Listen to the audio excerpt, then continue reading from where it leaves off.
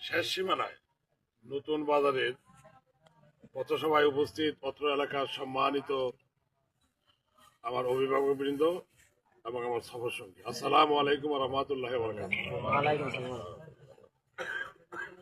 এখানে আসার পথে আমার একটা অভিজ্ঞতা হইল যে রাস্তাটা দিয়ে আসলাম, এখন খরার সময়, এখনই আমার গাড়িটা আসতে এখানে 40 মিনিট সময় লাগছে। এইটুকু আসতে হেঁটে আসলেও এর আগে আসতে পারতাম। যাই হোক, আপনারা যারা বয়স্ক যে মুরব্বী কথা বললেন, তাদের বয়স 70-80, তারা জানেন স্বাধীনতার আজকে 55 বছর অতিবাহিত হচ্ছে। 55 বছরের মধ্যেও 12 জন এমপি চলে গেছে।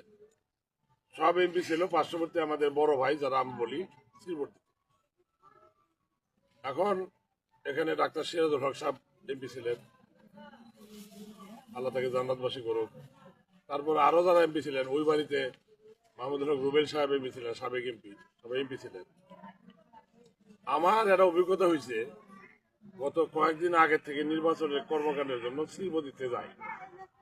বিশ্বাস করেন, এমন কোনো এলাকা পাইলাম না যেখানে কোনো কাঁচা রাস্তা আছে।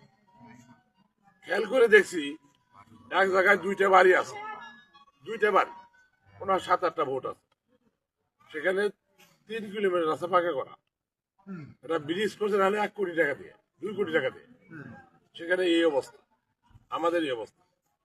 আমি আসলে এমপি নির্বাচন করবো এটা চিন্তা করিনি, সত্য কথা দিল। এখন দেখেন, শ্রীবতী একটা উপজেলা, আমরা একটা উপজেলা।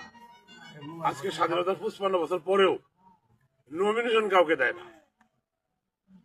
নমিনেশন আমিও চাইছি বিএনপি থেকে। নাইম সাহেব গত বছর পাইছে বলে আমরা জানি, সবাই বছর পাই গেছে, কিন্তু দুর্ভাগ্যবশত দেখা গেল যে 2 ঘন্টা আগে শ্রীবতী। এখন তাহলে নমিনেশন যদি আমাদের জীবনে না দেয়, তাহলে কি এখানে কি মানুষ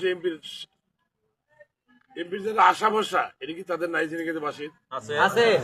দেখেন, আমি আল্লাহর কাছে শুকরিয়া আদায় করি, আমি এতটাই সৌভাগ্যবান ব্যক্তি যে শেরপুর জেলার মধ্যে আমার চাই সৌভাগ্যবান ব্যক্তি দ্বিতীয়টা নাই। কারণ আমি এই যে আপনাদের এখানে যে মেম্বার আছে, মেম্বারশিপ আছে, আমি প্রথম সেই মেম্বারই ছিলাম, দ্বিতীয়বার মেম্বার ছিলাম, তারপরে চেয়ারম্যান, তারপরে 3বার উপজেলা ছিলাম। আপনাদের ভোটে নির্বাচিত ইউনিয়ন পরিষদের আমি সফল চেয়ারম্যান জেনেগাতি ইউনিয়ন। কিন্তু উপজেলা নির্বাচনে আসার পরে আমি ব্যর্থ হয়েছি, কারণ আপনাদের দৃশ্যমান কোনো কাজ আমি দেখাতে পারবো না।